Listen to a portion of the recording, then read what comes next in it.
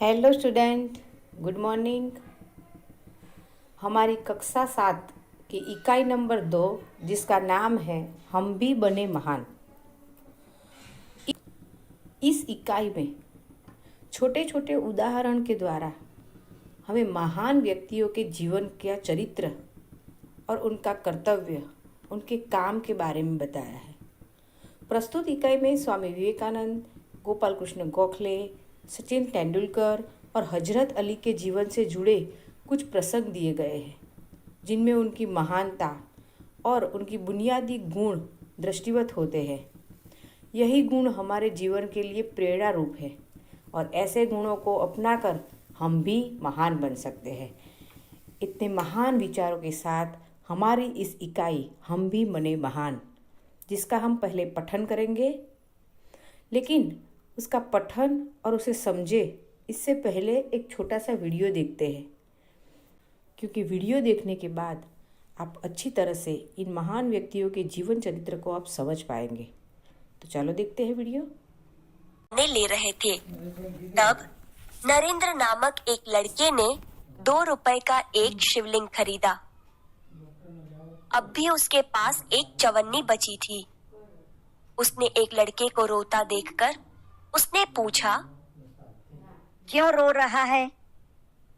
मेरे पास एक चवन्नी थी, कहीं गिर गई। अब मेरी माँ मुझे बहुत पीटेगी। कोई बात नहीं, यह लो चवन्नी। नरेंद्र ने अपनी चवन्नी उसे दे दी और आगे बढ़ गया। अभी नरेंद्र कुछ दूर ही गया था कि सामने से एक मोटर आती दिखाई दी।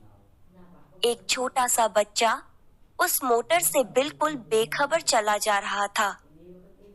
नरेंद्र ने झपट कर उस बालक को खींच लिया।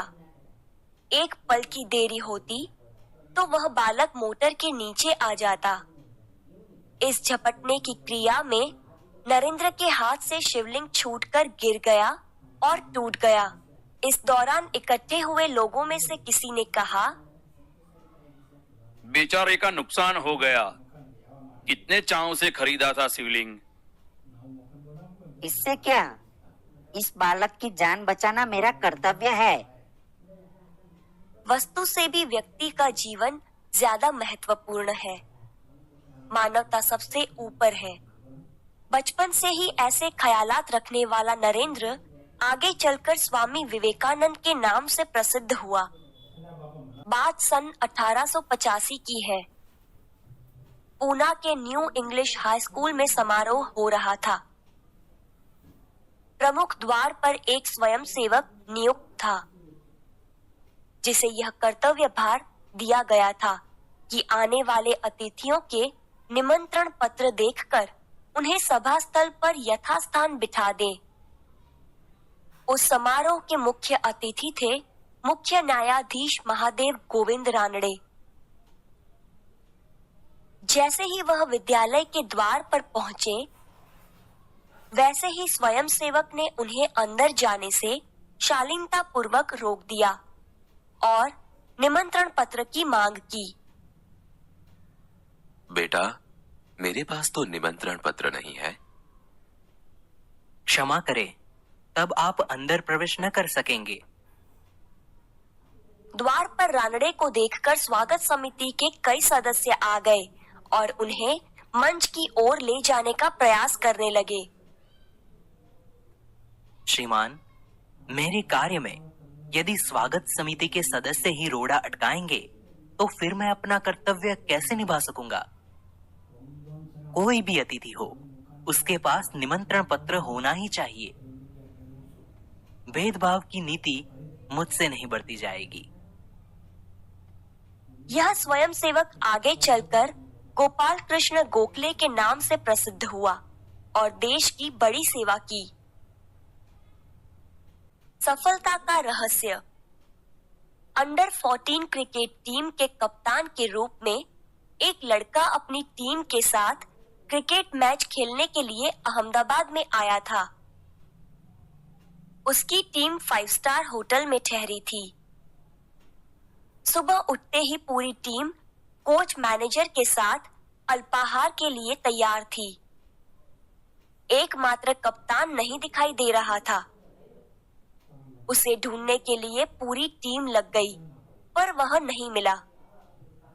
बाद में किसी ने जाकर उसके कमरे की गैलरी में देखा तो वह एक हाथ से गेंद फेंक रहा था और ज्यों ही गेंद दीवार से टकराकर वापस आती थी तो दूसरे हाथ से बल्ले से गेंद को खेल रहा था। साथी खिलाड़ी टीम में शामिल होने पर ही संतुष्ट थे, लेकिन वह कप्तान होकर भी सारी रात अपने आप अभ्यास करता रहा। उसका अभ्यास एवं क्रिकेट के प्रति लगाव देखकर कोच, मैनेजर और सभी साथी खिलाड़ी दंग रह गए। आगे चलकर इस लड़के ने क्रिकेट जगत में अद्वितीय सफलता प्राप्त की। कई विश्व रिकॉर्ड उसके कदम चूमने लगे। किसी ने उसकी सफलता का रहस्य पूछा तो बड़ी विनम्रता से उत्तर दिया, मैं हर मैच 3 बार खेलता हूँ।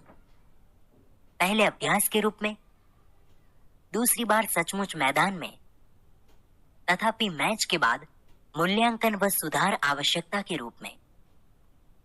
यह लड़का कोई और नहीं, क्रिकेट की दुनिया में सफलता के नित नए कीर्तिमान स्थापित करने वाला हमारा सचिन रमेश तेंदुलकर है। सचमुच एकाग्रता, अविरत अभ्यास, कठोर परिश्रम एवं लगन ही सफलता के आधार है।